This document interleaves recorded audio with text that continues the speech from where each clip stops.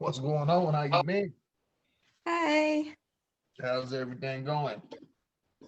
Okay. Day by day. I mean, it's how sometimes this is how you got to take it, though. You know what I'm saying? You Right. got to take it day by day. Well, I got a job at Amazon, All right, put you in the game. Put you in the game. Then but I had to quit. what you had to quit for? Oh my God. I physically could not handle it. I'm like 5 feet tall and weigh 120 pounds. And Right. I would say if me and you work there, we'd have the same stuff to lift and the same quota. And I couldn't do it. I physically could not do it. I tried my best. And then it was midnight till noon. Woo. I know. And then it was just, I just physically, I couldn't handle it. I just could not handle it physically. And I felt so horrible because, I've always been at my jobs long term. My last job was there 20 years. So Right. I'm not that person, but I couldn't. You should have seen me. If you would have saw me, you would have thought I was a battered woman. I was bruised up head to toe. And it's holidays too, so I know the packages was coming through pretty heavy. Oh my gosh, it was horrible, absolutely horrible. And they don't train. I know why they have such a high turnover rate Well, I because said, they show you how to do something and then you go do it. That's it. Like you have, and then they expect you to meet quotas of people that have been there, for months. It's the same thing. You all have the same quota, day one or day 90.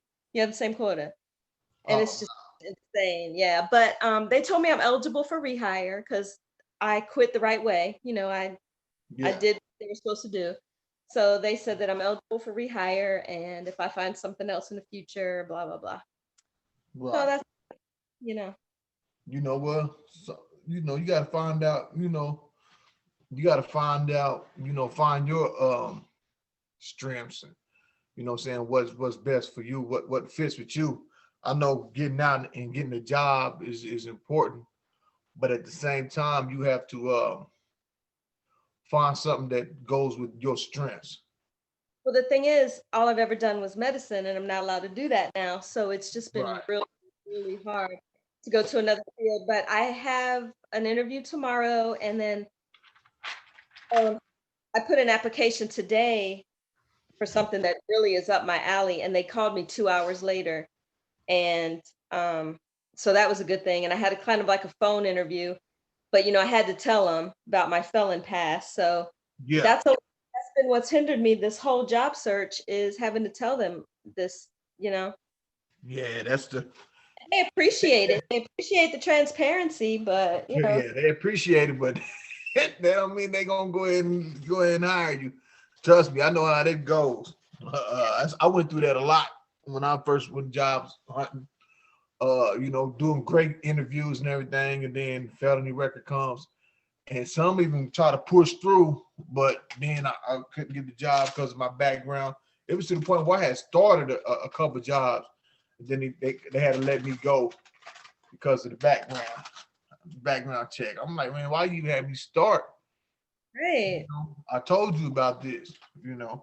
So what happened was how I got this is how I got into marketing and promotions because a home improvement company called me and they was like, yeah, we want to set up an interview with him. I just flat out told him like, look, man, I've been going through a lot of interview process and stuff. I get hired and I have a background. I've been in prison. And I told him about my background and I was like, man, I don't want to come do no interview or nothing if I'm gonna get the job and then turn around and don't pass the background check. And the lady's like, man, don't even worry about none of that.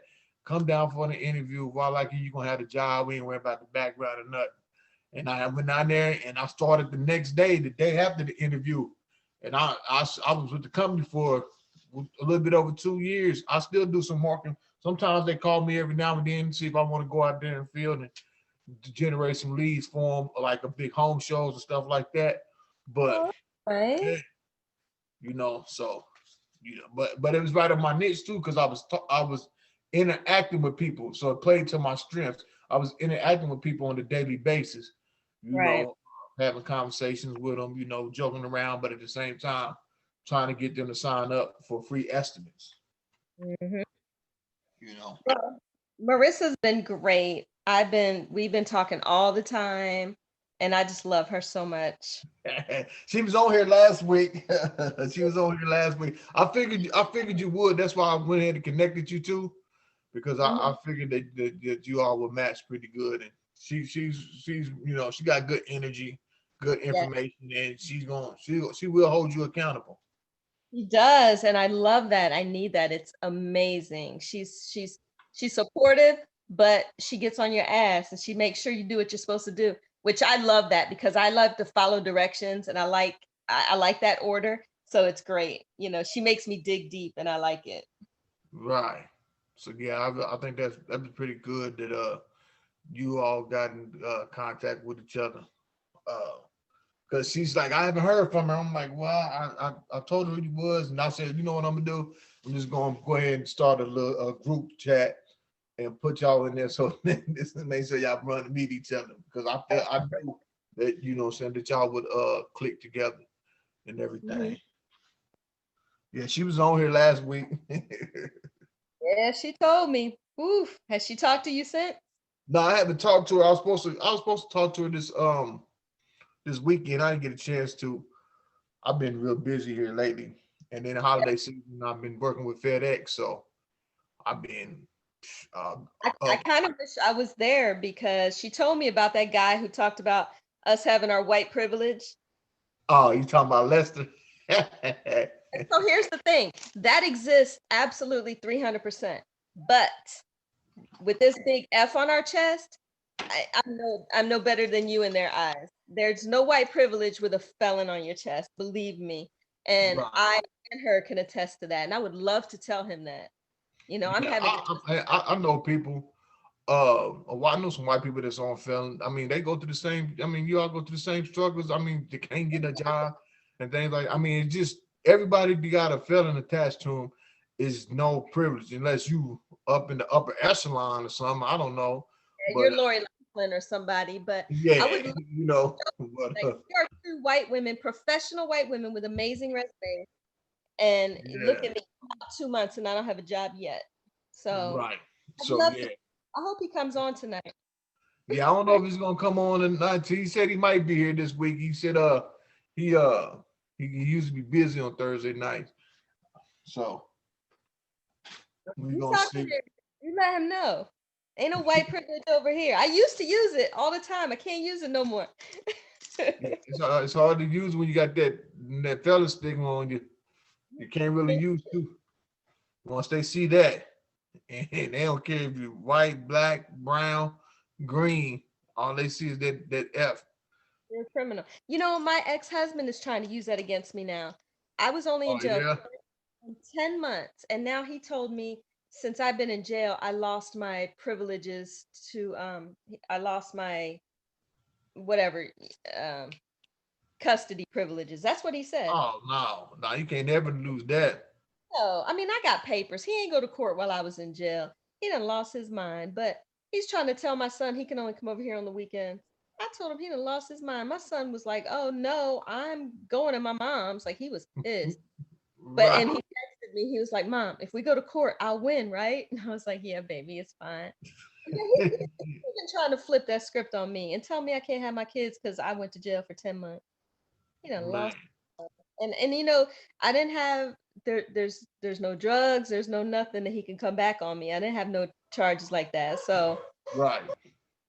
but yeah, even he's trying to flip it on me. So, yep, Yeah. we have we Yeah. have hard to. People flip the script on you. I mean, but you just gotta prove it wrong.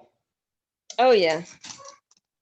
You know, because I mean that's just what it is. I remember when I first got out this time, and I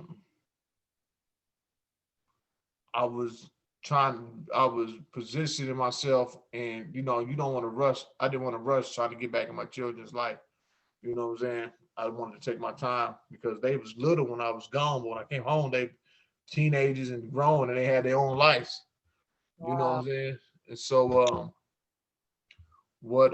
so in the process of me transition and trying to spend time with my sons and stuff like that, one of my son's mothers said he needs a role model in his life, and you're not that. You want to talk? I felt some kind of way, but the reality wasn't. I really wasn't because I was going in and out of prison. You know what I'm saying? And so I really wasn't. So I just said, I just really, just stuck to what I said I was going to do, and hopefully that, and eventually that view changed. She viewed it differently than Yeah, what it now first you are. was. You're a But I good role. understood what she, but I understood what she meant. It hurt, but in reality, it wasn't truth at the time because I really wasn't a role model. I've been in and out of prison since 2000. And here it was 2017, and I'm just getting out of prison. And Wow. so that was the reality of it. I really hadn't been no role model for him, or somebody positive. So I had to take that. I had to swallow that. It hurt, but I had to just look at it like, man, that's the truth. But watch this though. That was kind of a drop for. But watch this though. Come holler at me in a couple years. Put some fire into you, right? Linda, what's going on? I see you done came in the building. Well, I do what I can, my brother. I do what I can. How are you? I'm doing pretty good. How about yourself? I'm good. I'm good. How are you, Miss Desiree? That's good, thanks. Good. No, everything is cool. Still learning a lot of information, and I'm actually thinking about. I'm toying with the idea of returning to school, and taking some legal classes. Uh-oh. I know, right? Gonna get in the God legal forbid. field. Gonna get in the legal field. Well, I mean, the only reason I'm toying with the idea is because of the because of the current job I have as an analyst, Yeah. Within law enforcement, within the federal government, and two, with this particular work, I'm very interested in. So it'll be a great way for me to get educated, and have a little piece of paper behind it, So, Right. even if I do nothing but take just like some of the core classes, the fundamentals, I know that's going to really help me to understand a lot of the language, because I'm starting to get invites from various groups, when they're having these Zoom calls about, this whole thing. And I'm just on the call like, okay. Right. I mean, Yeah. some things I understand. So I figured it definitely is not going to hurt the situation. No, not Oh, at all. most definitely. See, Johnny, appreciate you coming on, Johnny. Send you the link. You come on, man. You guys talk to us, man. If you're dealing with something or you want to talk about something, man, just bring it to the forefront. We're an open group here. You're gonna hear some cussing, you're gonna hear a lot, you're gonna hear some stuff, you know what I'm saying? Yeah, we all here for each other, man. And so yeah, if you're dealing with something, you want to say something, man, feel free to tap in at any time. So Desiree asked me, was my boy Lester gonna be on this week? Oh, is that why she putting her lip gloss on? Yes. Get ready. Let's Look go. at her. Girl, come on now. Come back. She said she wanted to explain to Lester that it wasn't ain't no white privilege when you got that felony. No. You know what? Well, I'm living it. There's okay, not. but you know what? I think it is to a degree. And I haven't seen it. Well, I have. And Marissa hasn't seen it either. It may not be as much as it has been, but there is still a degree of privilege just because. Without the felon, absolutely. No. I'm saying even with the felon, there has. I mean, and I've seen it. I have not seen a lot of it, but I have seen it. So. Well, I'd like to have some, please. I'm gonna get in line for it. And I would gladly take it because I'm not getting any of it. Yeah. Look at what's happening in the White House.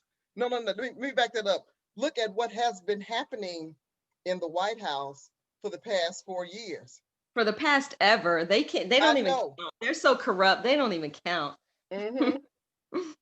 So you know, I don't know. I had said one of the things I would love to do if given the opportunity is I would really like to have a roundtable forum. And I know this is going to sound crazy, but I would like to have someone who is a radical Black Panther, someone who is a radical Caucasian racist, Ooh, someone who is a radical um, Middle Eastern, you know, like, person. yeah. Right.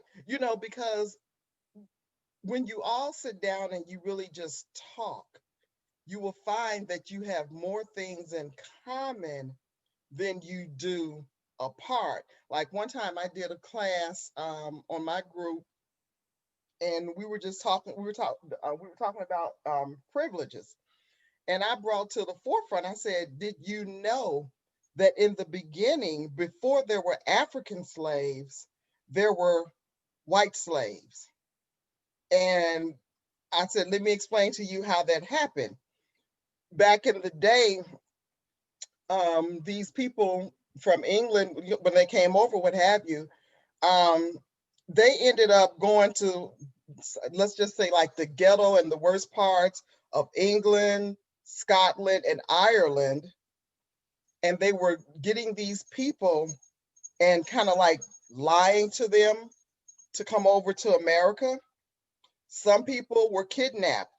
Some people were trafficking their children or even selling their children to get out of debt to whoever their political leaders were. So you had all of these Caucasian peoples that came to America, and the fact of the matter is that many of them were treated as bad or worse than Black people. But the thing of it is that when they started bringing Africans over here to America, they discovered that the Africans were accustomed to that really, really hard work and the sun and this, that, and the other. So the white people that were brought here as slaves first, they ended up kind of like, okay, well, we'll just have you.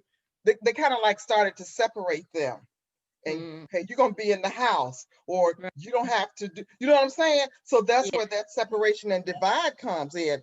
But the truth of the matter is that white people were here in this country first, as slavery, and that's something that is not taught. Nobody ever taught it to me when I was in school, but the Oh, history is there that they were slaves first. And it's just really, really sad, like when I think about all of this human trafficking, this is nothing new. They've been doing this for years, so hundreds of years. Yeah. uh-huh. Shame. Yeah, it is. So how are things with you? What's going on with you? Well, I got a job at Amazon, Okay, but good. yeah, but I had to quit. I could not physically handle it. It was the most physically demanding job I've ever had. And Mm-hmm. it was midnight till noon. And oh my God, I came home. I looked like a battered woman. I was Mm-hmm. literally up, but I couldn't handle it. It's like, and it's so crazy because they expect the same quota from me that they would expect from Cardell. You know what I mean? He's Okay. a big, tall man, you know, can lift heavy things. And so it was constant 10 hours, heavy lifting, overhead, Right, over. right. I couldn't handle it. Um, which made me feel like hell because, all my jobs I've been at long term, and so I really felt defeated. But my PO was cool with it. She totally understood. She was very helpful. And they said that I'm eligible for rehire at a different position. So I didn't leave on bad terms or anything. I did it the right Okay. way. So How long are you going to be on paper? 3 years, but that means a year and a half, right? I know you have another year and a half to go. Yeah. So, um, but I called her immediately and I let her know because I didn't know if that was against the rules or not. Right. She was really cool about it. She totally understood because I'm little. I'm like 5 feet tall, 120 pounds. Right, right. And I'm 52. I can't Mm-hmm. I can't be doing that physical warehouse labor. I don't know what I was thinking. But I got some more job interviews lined up, and so I'm okay. I'm just oh, and I've been Marissa's been mentoring me and trying to help me find, something that I want to do on my own, like my own business. But I mean, right now I have to get a job, but she's really been helping me in other ways. And so that's been really good. So yeah, I've been okay. I have my days where it's just like, it's so weird because like tonight, and I'm so glad I had this meeting tonight because and I don't know, is this normal? I want to be alone in my room. You know what I mean? I want to be in a room alone by myself. I don't want anybody to bother me. Just don't talk to me, nothing. And sometimes I just randomly get like that. Is that some prison stuff, or because I've never been like that before? But sometimes I don't want to deal with the outside world, period. That's that prison. You know what I'm saying? I found myself doing that. I was saying a couple weeks ago, I think it was how I pick certain spots. Like I sit in my room and watch TV. My fiance coming in, like, why you always sitting in the room? You know what I'm saying? Or even downstairs, we got a nice sized basement, full basement. I got one little corner area in the basement. And so I seclude myself to them areas. And the reality is just that I think that comes from me being locked up, to where sometimes I just want my own little space, don't want to be bothered, don't even bother nothing over here. Just let me, when I decide to come out, I'll come out. You know, for a minute. Yeah. Is it because we were confined? You'd think we'd want to be out of a confined space, though. Well, see, what you're experiencing is learned behavior. And because you've done it for so long, it's not going to just eradicate and disappear overnight. You're going to really have to fight yourself out of that corner. Now, one of the things that I can suggest to both of you is when you get into those moods, think about meditating. You're by yourself, and in the word of God says to think on these things, whatsoever things are good, whatsoever things are lovely, whatsoever things are of a good report, whatsoever things are pure. Think on, just begin to meditate. If that means, look, I mean, light a candle, light some incense, if that's what you want to do, and just close your eyes and use that alone time to meditate. Because when you start to meditate, you not only quiet your mind, you quiet your spirit, you quiet your soul. And when you quiet your body, and in doing that, you will be able to hear. Your hearing will become keener, and you will be able to make better decisions about various things that are going on in your life. But if every time you turn around, you're running, and you've got this going and that going, and all of these things are being thrown at you, you're not going to be able to hear.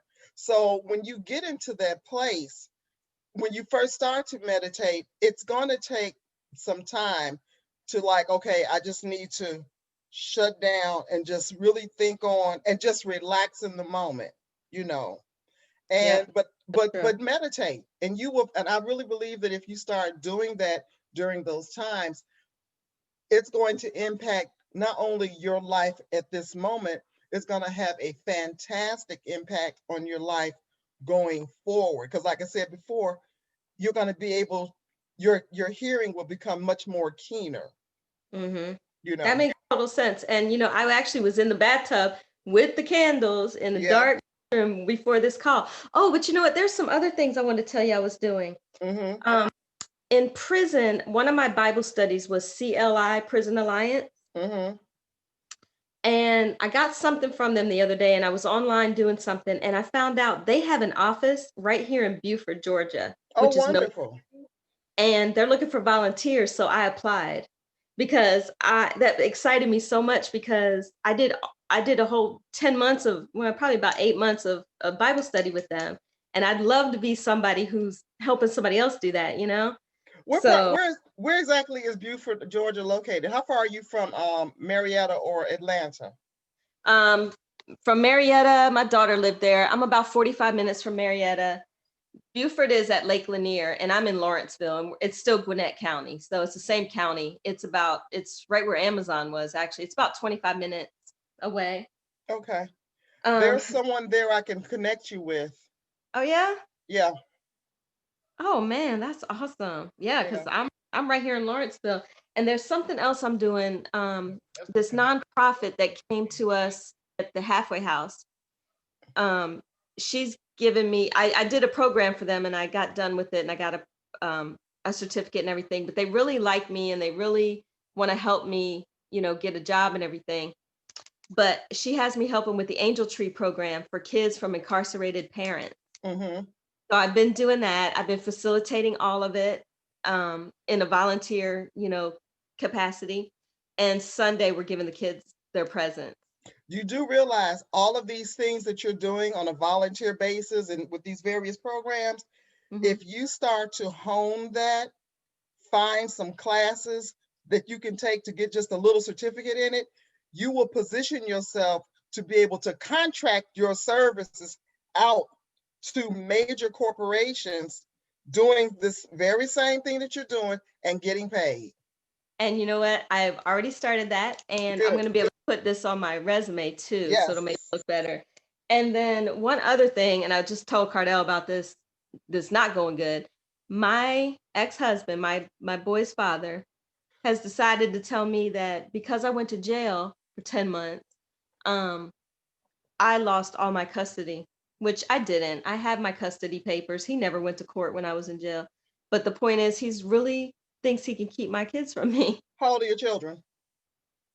My youngest will be 13 next month, 16 and 19. The 19-year-old don't count. He's over. But the point is, my youngest son wants to be here with me. And he told him that he can only be here on the weekends. I told him he was crazy, and I went and got my child. And there's nothing he could do. But still, like, okay, for now, I'll let you win for now. Like he's going to take me to court or something, which it's ridiculous. But it's just another one of those things I'm facing with a big F on my chest, Yeah, well, what you do is you go and have a conversation with the oh, my brain just went dead, with the proper authorities as it relates to the custody of your child. Have a conversation, be extremely honest and let them know exactly what's going on. And what you want to do is get it down on paper what your rights are. You want to talk about child support. You want to talk about where is this kid going to live. You want to talk about everything and get it down on paper, because the one thing you don't want to do is to be blindsided because he has gone behind your back and handled certain businesses, and then you get slapped with this piece of paper and you didn't know about it. Right. Well, I have custody papers.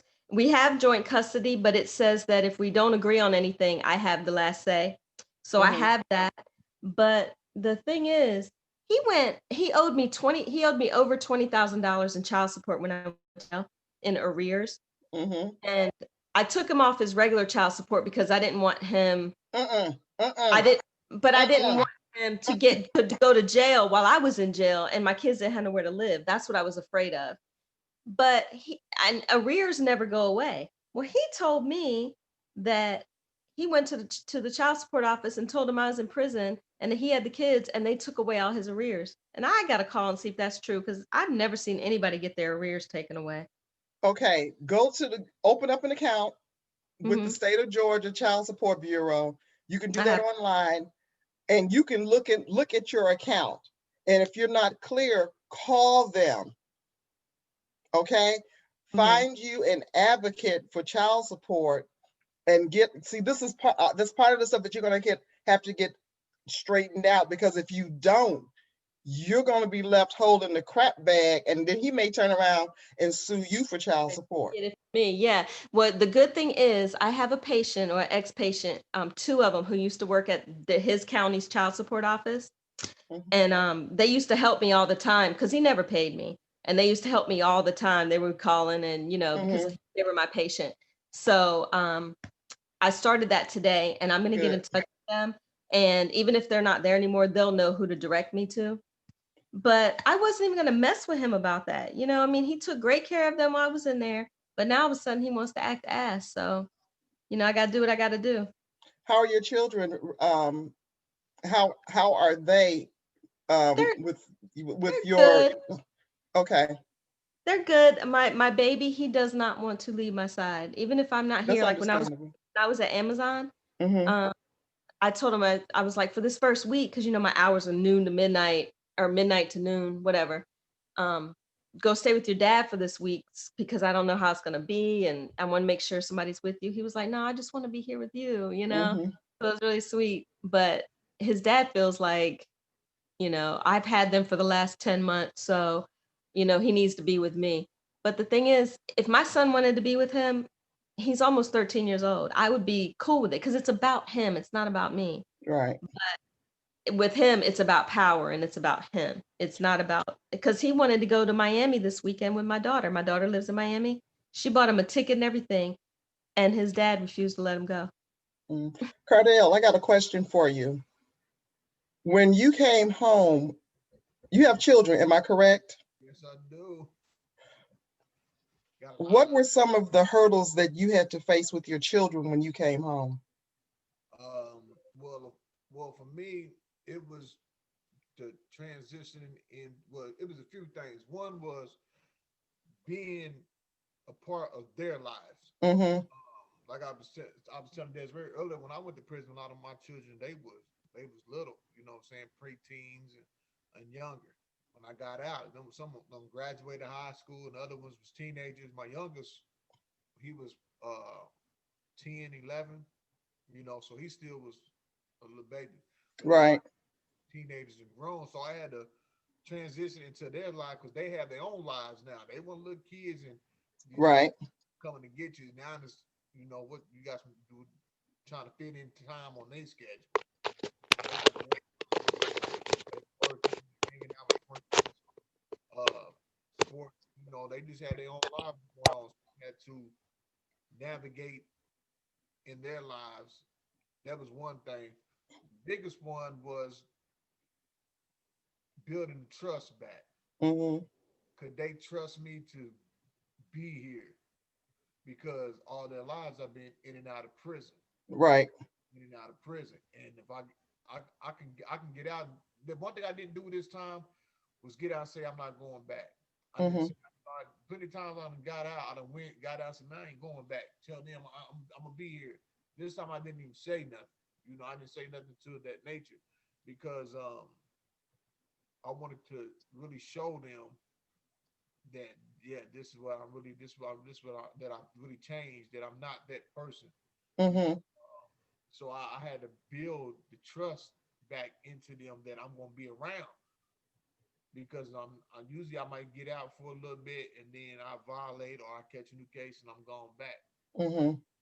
And so that was the biggest thing is building trust that I'm gonna build a trust in them or gaining their trust to believe and have faith in me that I was gonna be here, that I wasn't gonna go back. And that's a while because like I was telling Desiree earlier, when I first got out and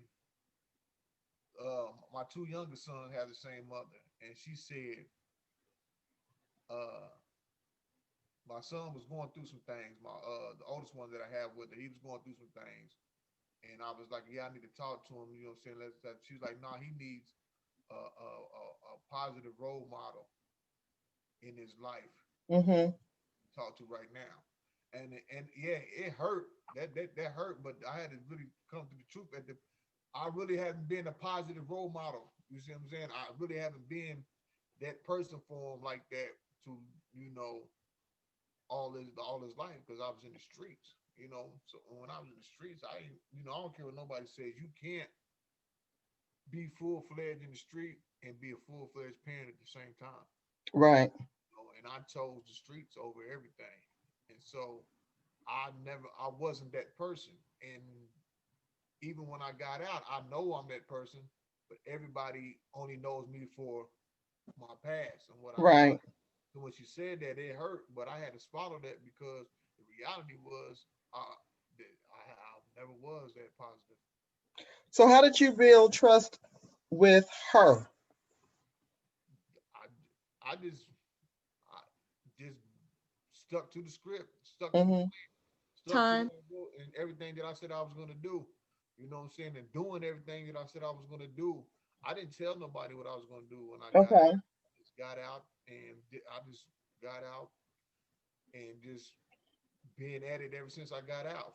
From books to starting companies to working two jobs and running two companies to reentry coaching.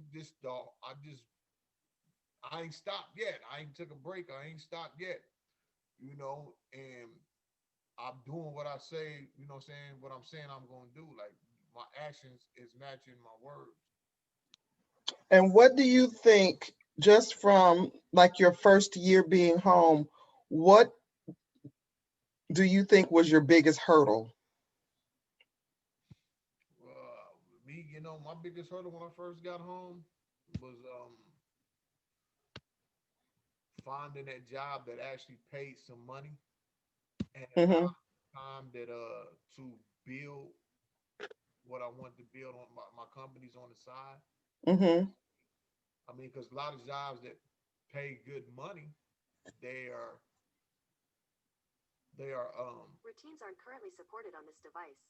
I don't know, but that thing just be popping up saying anything. But the jobs they require 12-hour shifts. Mm-hmm. Either working 6 in the morning, 6 in the afternoon, or 12 at night to 12, and you working 12-hour shifts. You know, 10 o'clock. You work from 7 o'clock at night to 7 in the morning, or Mm-hmm. in the morning to 7 at night. Like so, them jobs are paying good money, but at the same time, they were jobs that I knew I wasn't going to make it that long in. Right. Even though I'm 6'5", 260 pounds, I don't like uh back breaking work. Mm-hmm. Straight up. So imagine me doing it. I don't like that. I used to work for a moving company for 5-6 years, carrying furniture Mm-hmm. stuff. I don't like back breaking work. It just that ain't me. So I had to try to find a job that was to my strengths, but also paid good. And that was the biggest Mm-hmm. hurdle. I would get jobs that was paying. You know what I'm saying? When I first got home, the best job I had paid $13 an hour, but it was some back breaking work, and I wasn't feeling it. And then all the other jobs they was paying like I had jobs that was $8.25, $8.50, Mm-hmm. $7.20, $7.70. And mind y'all got child support to pay too. So Right. so that was the biggest hurdle, trying to find a job that paid good, but also allowed me the time to put and invest in the building. But I wasn't really getting a lot of sleep when I first came home for like the first year and a half because I was Mm-hmm. working for somebody and working to build my company. And I was Right. all the time that I had, I would stay up. But and then the jobs that did pay good, what would happen was they would hire me before the background check even cleared because I would do good on the interviews, Right. personality. Then I worked for about a week and a half, 2 weeks, and we got to let you go because you didn't clear the background. Mm-hmm. So finally, after about uh, a year and a half, I say not, it wasn't even a year and a half. I say about a year and a couple months, I was out. I found a job in marketing and promoting, and Mm-hmm. we were talking about this before you came on. That because I told the lady when she called me, she's like, "Yo, we like your resume. We want to be interview." I said, "Look, I'm gonna be honest with you. I got a criminal background. I just got out of prison about a year ago. I've been getting a lot of great job interviews. They hire me, and then after about a week or two, they have to let me go because I didn't pass the background. And if I Right. pass the background, I don't want to come and interview. I'm just want to be honest with you. Mm-hmm. Yeah, we not worrying about that. Come on down, get this interview in." I went down and got the interview, and I started the next day, and I was making $15 an hour. And what I was doing was just going to events and going to stores like Sam Club or doing home and garden shows and all kind of different shows. Just standing there asking people would they like to sign up for Mm-hmm. free estimates on home improvement projects. Mm-hmm. It was my strength because I like to communicate. Right. So I was able to communicate and meet people at the same time. Right. And so, and then the plus was it allowed me also to have time to work on my business as well and grow my company as well. And that played out that played out real good. And I had a job like 2 years, and I still now to this day, so they might give me a call and be like, "Hey, we got to do this. Mm-hmm. We like to come out and do something." And I go because I like to communicate with people. Right. I ran across some people at the show, like home and garden shows. You have superstars there and everything. Like Yeah, you do. Bethany Frankel from the Real Housewives, one of the Real Housewives, or maybe Jersey, one of. But she's real powerful. I sit down and talk to her about entrepreneurship. I talked to a lot of people, a lot of CEOs of companies, like, cause I'm not afraid to stop. I'm already there promoting anyway, so I got to stop and talk to people. So if they walk by, I'm just stopping. I get the spiel, and then they might say no, and I'll be like, I kind of know who they are. I'm like, oh, you the CEO of this? Right. I throw an entrepreneur question at them real quick, like boom, and it turns into a 20-minute conversation. So Wonderful. I like doing it because it played to my strength. And that's what I was telling Desiree, even though when you get out, you expected this to kind of won't and have to take any job. But the reality is you don't have to try to, I mean, you got to pay bills. Now, don't get me wrong, but at the same time, Right. you want to position yourself to get a job that matches your strength. And that's what happens. A lot of times people get out and they get jobs, and it's not them, but they get a job because they are on probation or parole. Right. They end up quitting after 2 3 weeks or a month or 2 months because it's really not matching their strengths. And when Mm-hmm. something not matching your strengths, you're like, man, I ain't really feeling this. This ain't me. There it is right there. This ain't me. I'm not Right. That's and then Amazon. you don't do it, you know. And if you don't have the humility to buckle down and bear down, because I ain't really had the humility, you know what I'm saying? Like I had when I first got out, I worked at a telemarketing place while I was in the halfway house. That was a good job. Mm-hmm. Communicate with people. And I just sit down and just people called in or I called them. But when I left out the halfway house, I went and worked a night shift at the newspaper place, standing there putting the stuff in the newspaper with all these newspapers. That wasn't me. I'm like, now I'm out Right. of here. Right. You know what I'm saying? I, I went to this battery company, driving the forklift and sitting in these. They got put these plates into these hot ovens and carrying these batteries and stuff. It paid good, like 14, 15. It wasn't me. I'm like, I'm out of here. This ain't gonna work. Right. But I was cool with being a sales associate at a sporting goods store. It didn't pay near as much, but it was me. You know what I'm saying? It was to my strength. And I can be able to talk to the customers. I know about sports and everything else, but it didn't pay as much. And then I was a stalker, morning stalker at the Dollar Tree, and both of them Mm-hmm. jobs like no more than $9 an hour. But I was cool with it. You know what I'm saying? But I knew I Right. could do something better in order to start maintaining and paying bills and get my own. But it allowed me to do my company. So what I would do, I printed out my books, printed out some T-shirts, and I would host my own seminars. Mm-hmm. I would host them for free, and people would come, but I would sell T-shirt and book packages for like $130, $125. So Okay. that's how I was getting extra money and getting my company name out there. Then I would get a couple of clients for coaching. This one I was just doing a life coach before I Mm-hmm. really found my niche and realized that I really want to do the reentry stuff. So that's how I was maintaining. And then once I got the other job, it all just started coming together. And like I had been in this coaching in this business group for like 2 years, Mm-hmm. we started putting the reentry group and the reentry coaching and my whole niche together. But my biggest thing was when I first got out was finding a job that was for my strength and paid a lot. I think one of the things that is and we touched on it a little bit last week with when Lester was on the line, and I'm really thinking about how to go about doing this, is, when a person is getting ready to come out, most people that are coming out of prison, they're going to go to a parole officer, and and then the grind starts. But there's that one key element that I'm noticing that's really missing, and that's to sit down with somebody, not necessarily to be a mentor, but to have an interview with someone about your strengths and weaknesses as it relate not just to the job market, but just in life, period, to kind of help, navigate, help them to navigate some of those waters, so from what I'm hearing, that's a key, that little middleman right there, it seems to be missing. The And counselors at the halfway house should do that, but yeah, they don't. I don't do that. Like, They don't. that's what I do with my reentry coaching. When I'm coaching somebody when they're getting out, hmm I say, okay, what I need you to do is you need to write down. Sure. Routines aren't currently supported on this device.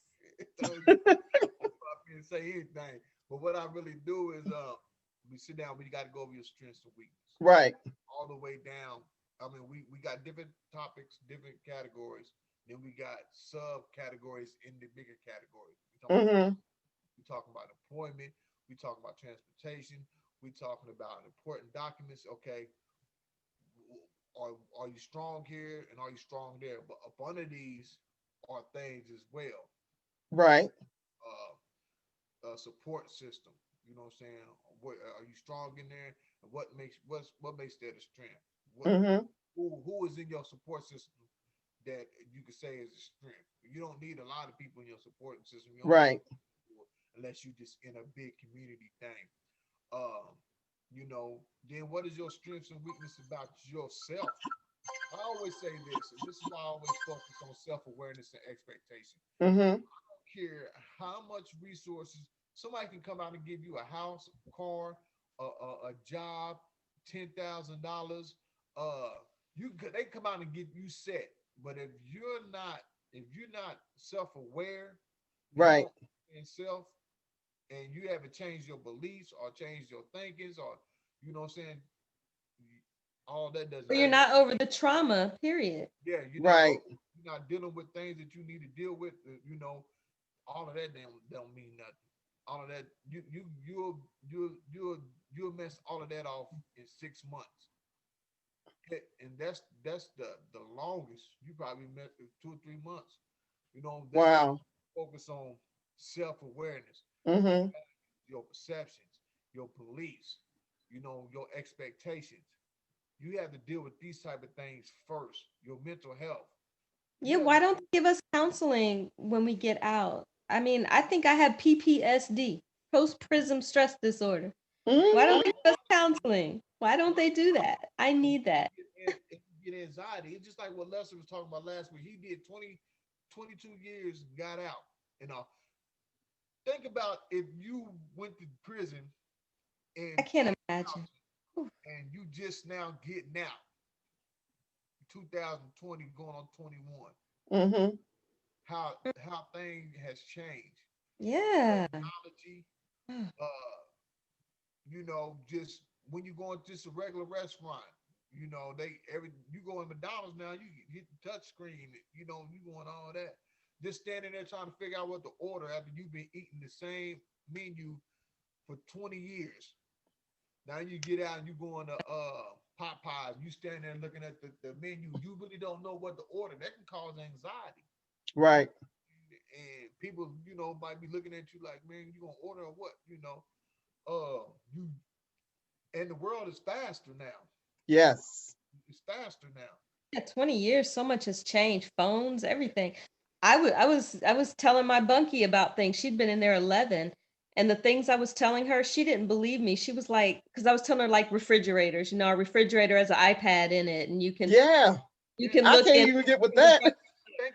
and she was like, "You're lying. That's like the Jetsons." I'm like, "No, baby, that's how it is." And Bluetooth in the car. She didn't even know this stuff. hmm yeah, that's how it is. So you got to imagine getting out. When you went to prison, it was still tapes. You can put tapes in cars, Yep. CDs, Now you Yeah, I mean, got- I was only in there 10 months and I know how traumatized I am. I can't imagine somebody in there all those years, all the trauma that they have. I can't even imagine it. It's and are they getting no counseling, no nothing? and you used to talking on the phone. Now you can see people on the phone like this, like you know what I'm saying? And like I said, the world is moving fast. So these are the things that you must I say that these are the things that you must address first when you get out of prison. Even before, like, I don't understand why prisons don't have a class of people that's done a lot of time, 10 years or up, and about to be released. They need a class, Yes. you know, they need a class and they need counseling to prepare them for their reentry back into society, you know. But they don't want to prepare you. They want you to go back into the prison system. I don't think they want you to do I good. remember when I was in the state prison, it was this guy. He said, "Man, I went and seen the parole board in 1986. Then he said, this one they give you your answer, like right after you done, they let you know right when you done. About 10, 15 minutes after your hearing, they give you your answer on a piece of paper." Mm-hmm. He said, "I went to see the parole board in 1986. They gave me a piece of paper and my out date said 2009.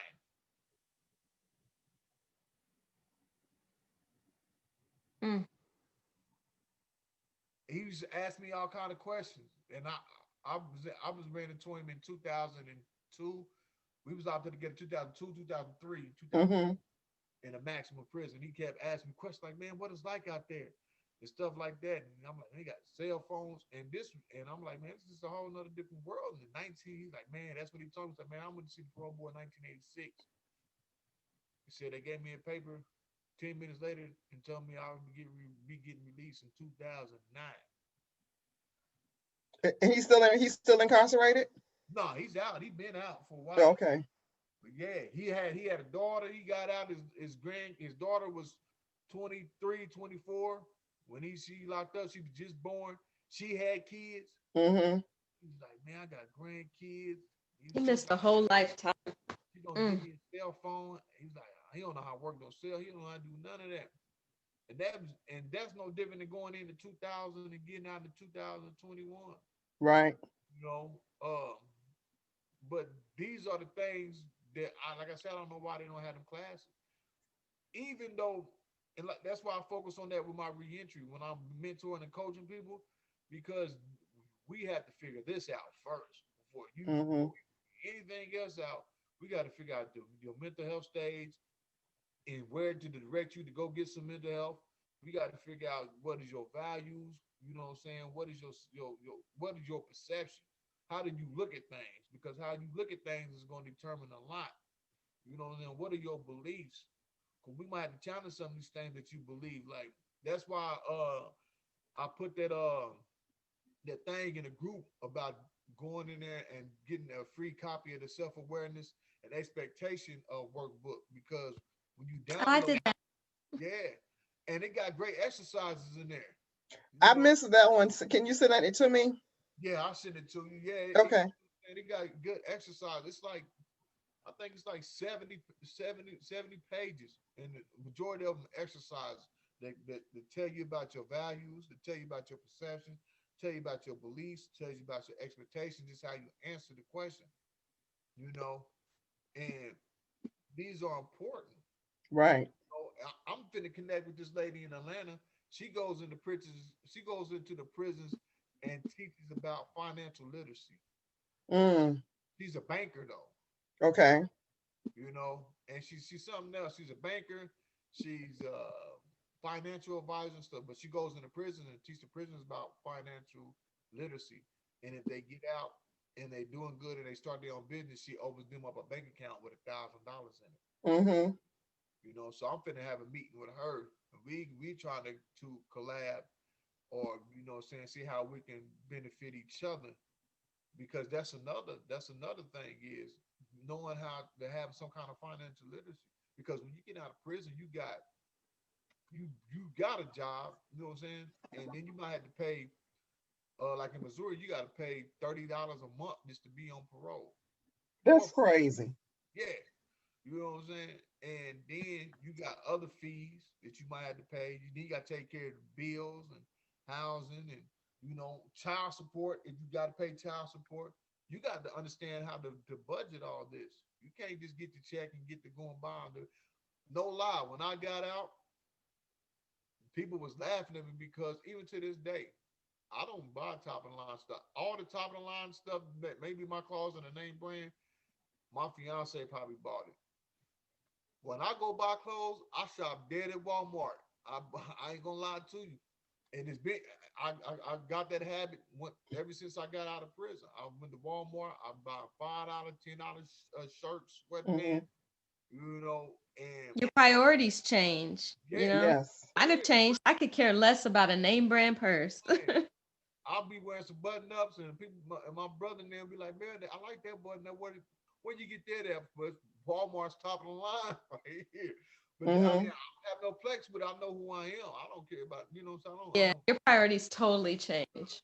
I know how to prioritize my money, or I'm buying. Like I got a lot of friends that are they in the t-shirt business. You know what I'm saying? So I support them. So I buy. Hmm. So I might buy one. Like one guy, if you guys see me with the I'm Sold shirt, inspire, motivate, support others. So my friend got a clothing line called I'm Sold. That's what it stands for. So I bought one Okay. from him, and he sent me three of them. You see, so that's what I mean. Outside of that, financial, you get out of prison understanding how to handle finances as well, because you're gonna be working with very little, and you gotta learn how to make it stretch. Right. Yeah, buying fast food all the time. Can't be trying to get the top of the line, and you got these things to pay, and trying to get on your More own to make feet sure. as well. Because in the end, you're gonna want your own, because you're gonna feel like you're gonna start feeling like you're a burden after a Right. while. You know, that's one of the big things that you're gonna have to face when you get out of prison is after Well, being with somebody. When you first come home, everybody, oh yeah, man, good. But after hmm. about 3 weeks, when that you It'll wear off. love you phase go down, the reality starts kicking in. All right, what you gonna do? Hmm. Hmm. You One of the start. things that I noticed was when I lived in Chantilly, Virginia, one of my neighbors had a 3-bedroom townhome, and we and some kind of way he fixed it up, and he got a contract, if I'm not mistaken, I believe it was with some organization, but he ended up renting the home to the organization, and they in turn allowed these three, because he had three bedrooms, so he had 3 ex-offenders who were living there. Now that was from what I saw, it was a great thing because it gave the people, it gave these guys a place to live. They're living in a really nice neighborhood, and the only way I found out that these guys were my neighbors, was I come out and I talk to everyone, I'm speaking hello, and one of the guys, just in conversation, told me what was going on, and I was just like, okay, you know, and Right. I mean, I kept my eyes open a little bit more, but I did not treat them any differently. But I thought that was a great way to assist someone. That way they don't have to be a burden on family. It's kind of like having your own place in a sense, but it's Hmm. also teaching you, it's like, how can I put it? A gradual way to getting back into community Yeah, so that you won't be so overwhelmed. Right. that's nice. And But like I said, where are those? Where are those you need them. Uh, resources? Where are they? This was here in Virginia. I can see what I can find out, and I'll send it up to get it over to Cardell. But I'm quite sure that they have programs like this in every state. There's a lot more for state prisoners than there are for federal. yeah. There are not a lot of resources for federal I'm prisoners. trying to find And then somebody. as far as jobs, they have a lot of job stuff for men. Like I can go do a forklift class anytime. Hmm. CDL and forklift. They want to teach you that. Even at the halfway house, the guy told me, my counselor, he was like, you can do a forklift or a CDL. Other than that, you got to get your own, training. So, I got my paralegal certificate already. I did that already Okay. since I've been out of the halfway house. But, I had to do it all on my own. He was like, there's just nothing for you, being a woman and being federal. They trying to get a lot of people getting out of prison into the energy field. The Department Yeah. of Energy is. Last year, was it last year? I didn't know. Yeah, last year, me and a couple of people, we went to Washington D.C. We got the invite to Washington D.C. to go talk about our stories and with the department. Did you say you were coming to DC? No, we was there Oh, okay. to, and we went to the Department of Energy and we sit down and talked about the this is your stories because they really pushing real big. The dude sends me emails all the time about how the people they trying to get people out of prison into the energy field. That's one of the things they're trying to do. One thing that we was talking about was you need to set these training facilities and these classes up into the communities that they're going back to. Mm-hmm. Yeah. That's going to be one of the major things is that. But I was looking for something because we was talking about how the state does a lot of things, and it's a PO that I know here in Missouri, right? And she just check this out. This is what they do. This is what they do, and this is crazy. That's why I said you gotta focus on the self-awareness, and you gotta challenge some things because no matter what you get, if you really not internally prepared, Right. she said, so it's clients that are high risk and actively using. We have a housing specialist, employment specialist, a peer support caseworker. They see me weekly, counselor weekly, 2 days a group, call UA line daily, and have 9 UAs a month. We provide wraparound service. Just got 3 people into housing, paid first month rent and deposit, got bikes, gift cards, bus passes, got 2 jobs, free mental health, medically assisted treatment, free nurse practitioner, and dental, etc. Like $500 a month funding for that for whatever they need, clothes, ID, phone, minutes. It's a federal grant, but you wouldn't believe the pushback. Like I literally text these people Monday morning about group Monday afternoon, Tuesday when I do home visits, Wednesday when I call and remind about groups. If I see them Thursday, I call them Wednesday about Thursday appointment. They still Mm-hmm. don't go. I went to all their houses, made them write 10 reasons why they don't think they have to comply and 10 reasons why they think they should remain in the program to report the next morning. My supervisor, she said, my DA, my supervisor, me, and the counselor was there. I went off, made them fill out their own warrants and discuss their assignments. Only 4 to 12 showed up, and they were the 4 that were semi-compliant. Most feel like we owe them, and they shouldn't have to do anything until we get them a place. First thing we get them phones and minutes to communicate, and they don't even Mm-hmm. answer the phone. Man, that's horrible. See, I would give my left arm for some resources like that. Man, it's crazy because I was like, man, I wish they would have had that when I was in Yeah. uh, Missouri parole. You know what I'm saying? I said, man, they ain't had nothing like that when I was getting in and out the joint in the state joint, and they definitely ain't got nothing like. And that's a federal grant. Why do you have them for federal inmates as well? Wow. Wow. Hmm. Nobody told me about that. I said that's a lot, and that's why I'm saying you have to be really ready internally. Like you got to get yourself together, your mental health. You know what I'm saying? Everything with that, because they got that's laid out for them. Yeah. Yeah, And there's really no reason not to succeed. It's that's no reason. insane. I would love something like that. Man, you get $500 a month just on GP.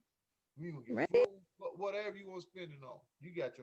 They got found you housing, paid your first month rent and security deposit, got you a job. All you gotta do is go up to the classes, call the UA line, And if you serious about changing and not wanting to go back to prison, changing your life, it gets no better than that. No Right. better than. Hmm.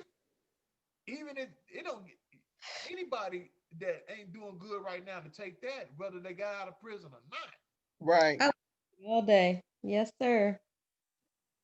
I know a couple dudes right now in the streets that can use that. And Right? you can go on and get that and get your life in order. Like that's a cool little what you call starters pack right there. That's a Who cool you Right. telling? that's The great starter pack. And that's what I need right there in Georgia. Can you find that for me? people who want to have their first month rent and security deposit paid and $500 with and you getting a job. Can't get no better than that. I take half of that and be happy. Yeah, because they trying to get me come down there and speak to them, and she was like, this is what we facing. This is what we dealing with." Mm, That's crazy. Say wow. better than that. Ain't nothing I can go down there and tell them. They some fools. Hmm. Yeah, really. I'll tell them. Y'all some stone cold fools. I wish there was something like that. You got to know. You got to take it. You got to take advantage of the blessings that's before you. You got to. You got to. If you really want this, they got it for you right here. That's all I can tell you. And I hear that there's some stuff, but You neither just my got to know. counselor nor my PO nor these people I'm working with at the nonprofit, nobody's been able to give me anything yet. Nobody's been able to give me any tangible sources.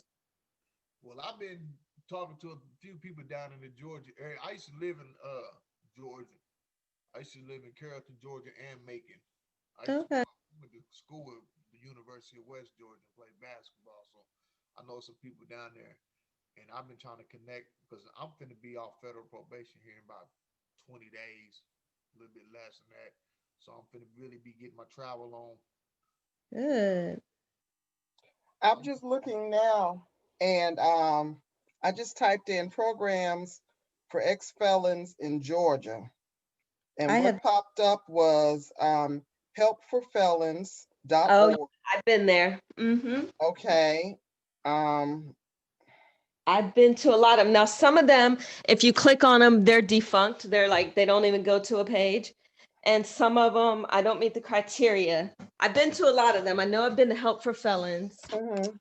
And there was this one actually that I thought was going to be good.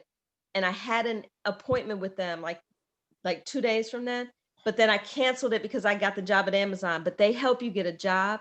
They even give you clothes if you don't have clothes. They help you with your resume. Um, they were going to be really good, and I forget the name of them. But if I don't get one of these jobs that I have an interview for, I was going to call them back and get back into the program. But that was one good program There's that I another one I found. found too. It's called freegrantsforfelons.org. Oh, let me try that one. I'm on the computer now.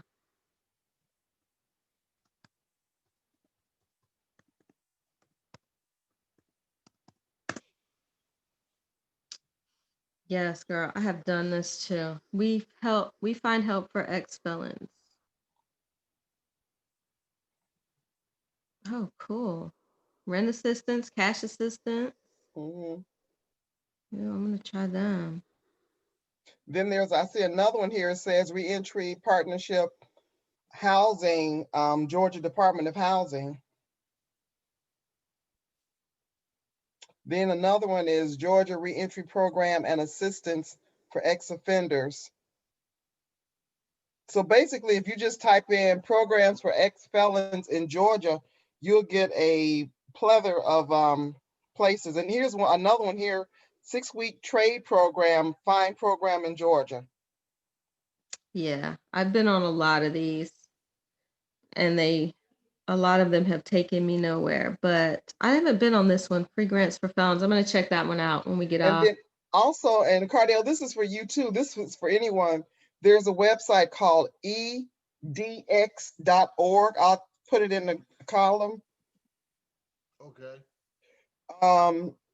This particular place is where they, you can take college classes. They're taught by professors of these Ivy League universities all over the world. And they have a lot of different classes. Some of the classes are free. Some of them are not.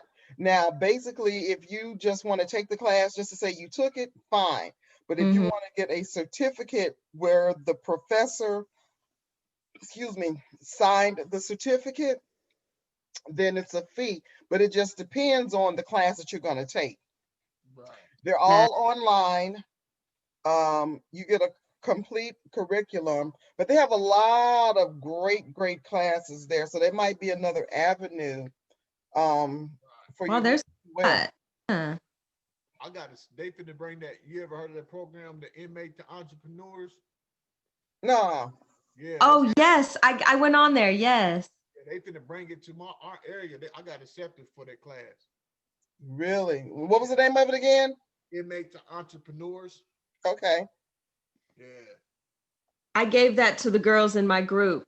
Yes. I've been on there. Yes. It was really good. They gonna be In showing Mason up in a lot of stores. areas, and they looking for people for their to join, getting their classes, getting their program with no charge at all. Got it. Signed up probably like 4 months ago. They sent me an email not too long ago and said that I'm in there. An 8-week course for anyone with a criminal background who has started or is interested in starting their own small business. Yep. There you go. And it's free. February 10th is a Southeast US course. Oh yeah. Yes, I'm in the Mm. Midwest. I forgot. And where are you, Missouri? Yep. Is that Midwest? I don't know. I'm not too good with my geography. Midwest. Yeah. That's January 26th. Yeah. No. Oh, I'm going to tell Marissa about this. She'll be proud of me. Cool. But yeah, I'll look up these that you gave me, Linda. And that person you wanted to hook me up with that's here, just Yeah, her email name. I've got to get her phone number. Oh God. that to me. That'd be great. Yeah, because she does a lot of ministry and with women, and she has actually been in and out of the prison. So let Oh. me send her whew, girl, my brain just gone. Child. Do you have my phone number? I don't think so. Let me give it to you. It's 804. Oh, wait, pen right here. Hold on. Yeah, I so signed up for it. They got me in there. Send me an email. Yeah, I'm gonna be ready to start in January. Good. I'm so gonna get in there and get I'll be trying to get in everything moving. Let me in. I don't blame you, man. Let me in. For real. But yeah, man. It's been an hour or so, man. I appreciate y'all coming on. Oh yeah, absolutely. Man, Absolutely. I'm finna Absolutely. try to go get something to eat. Dude, now look, it's all right. Well, it's going on 9 o'clock. Don't eat too heavy. Nah, I ain't gonna Well, eat it's almost 10 o'clock where I'm at. Me too. too heavy. Yeah. All right. Well, y'all have a good one. I'm Right. very happy. My dogs were, you noticed that my dogs were very nice. They didn't bark one time. I guess I'll give them a treat. Right. When they ask All how I right, heard y'all about take care. Talk to you later. Bye. Thank you guys so much. Okay, bye-bye. Bye.